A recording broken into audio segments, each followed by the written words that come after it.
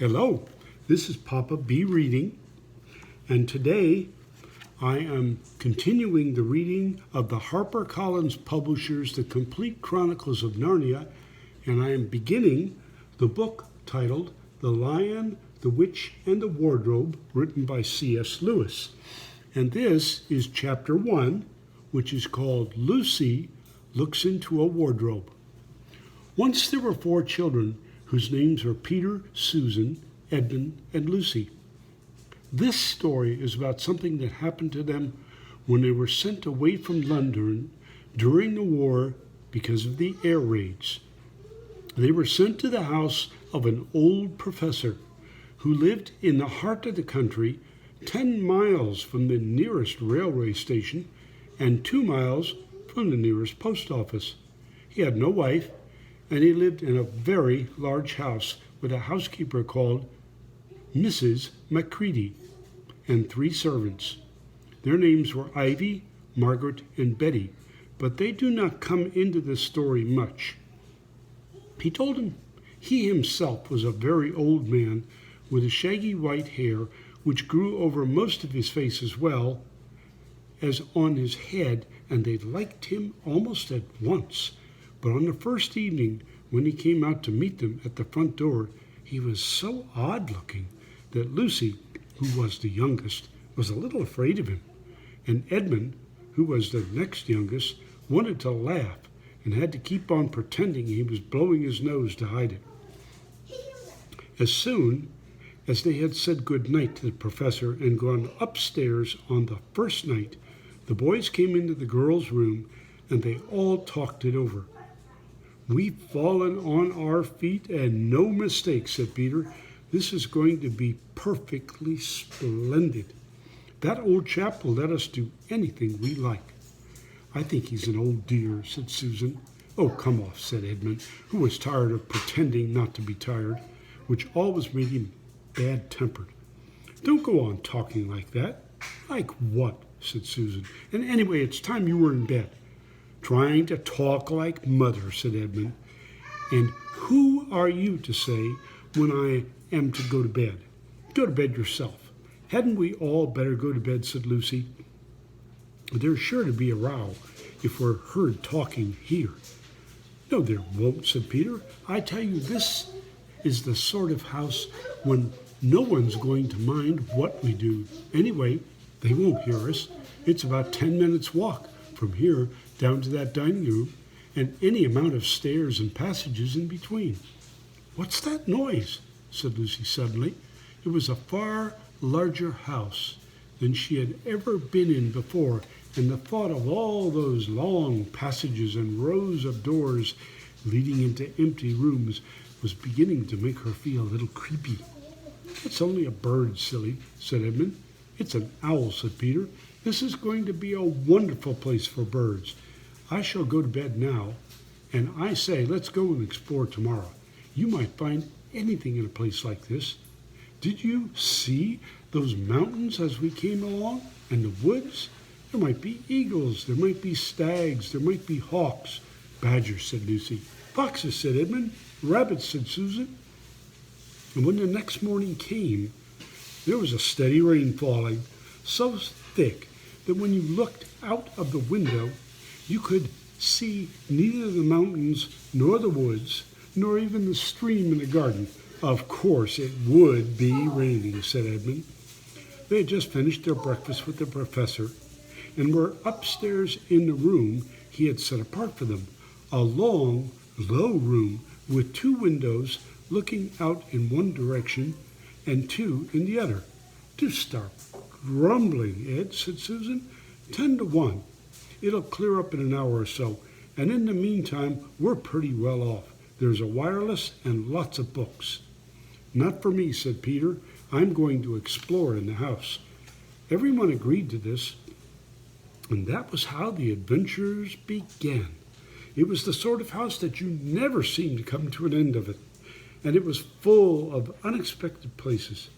The first few doors they tried led only into spare bedrooms, as everyone had expected that they would.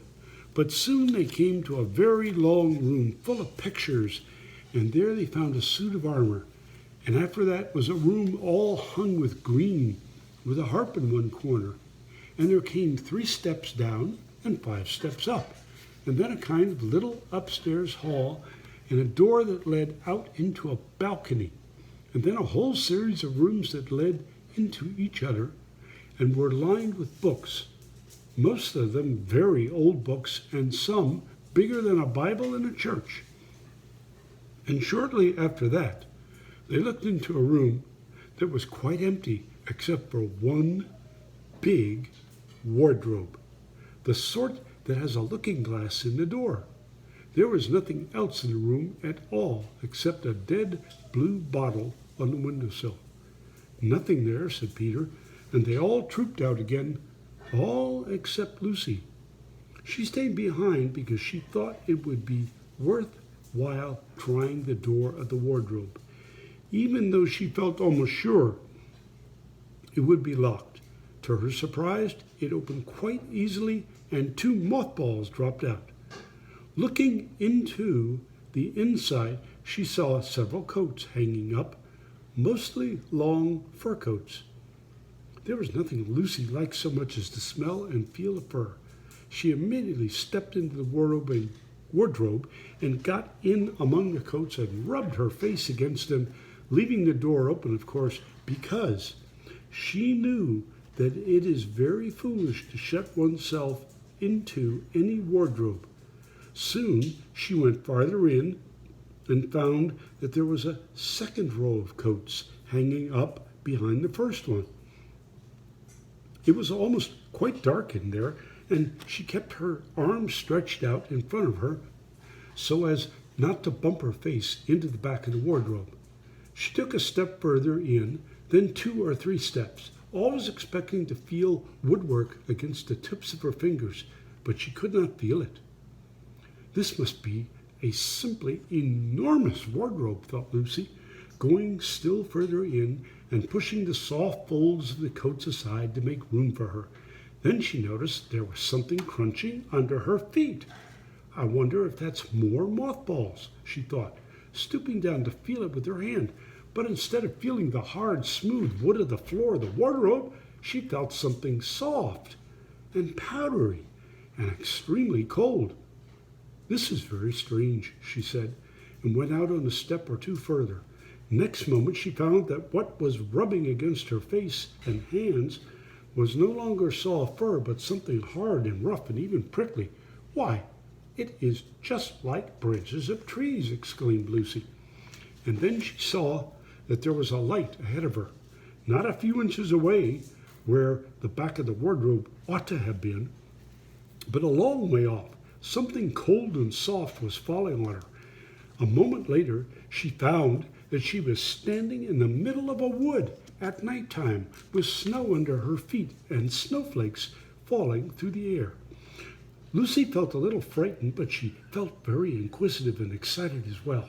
She looked back over her shoulder, and there, between the dark tree trunks, she could still see the open doorway of the wardrobe and even catch a glimpse of the empty room from which she had set out. She had, of course, left the door open, for she knew that it is a very silly thing to shut oneself into a wardrobe. It seemed to be still daylight there. I can always get back if anything goes wrong, thought Lucy. She began to walk forward, crunch, crunch, over the snow and through the wood toward the other light. In about 10 minutes, she reached it and found it was a lamp post. As she stood looking at it, wondering why there was a lamppost in the middle of a wood, and wondering what to do next, she heard a pitter-patter of feet coming toward her. And soon after that, a very strange person stepped out from among the trees into the light of the lamppost. He was only a little taller than Lucy himself, and he carried over his head an umbrella white with snow. From the waist upward, he was a man, but his legs were shaped like a goat's. The hair on them was glossy black, and instead of feet, he had goat's hoofs. He also had a tail, but Lucy did not notice this at first because it was neatly caught up over the arm that held the umbrella so as to keep it from trailing in the snow. He had a red woolen muffler around his neck, and his skin was rather reddish too. He had a strange but pleasant little face, with a short pointed beard and curly hair, and out of the hair there stuck 2 horns, one on each side of his forehead. One of his hands, as I have said, held the umbrella. In the other arm he carried several brown paper parcels.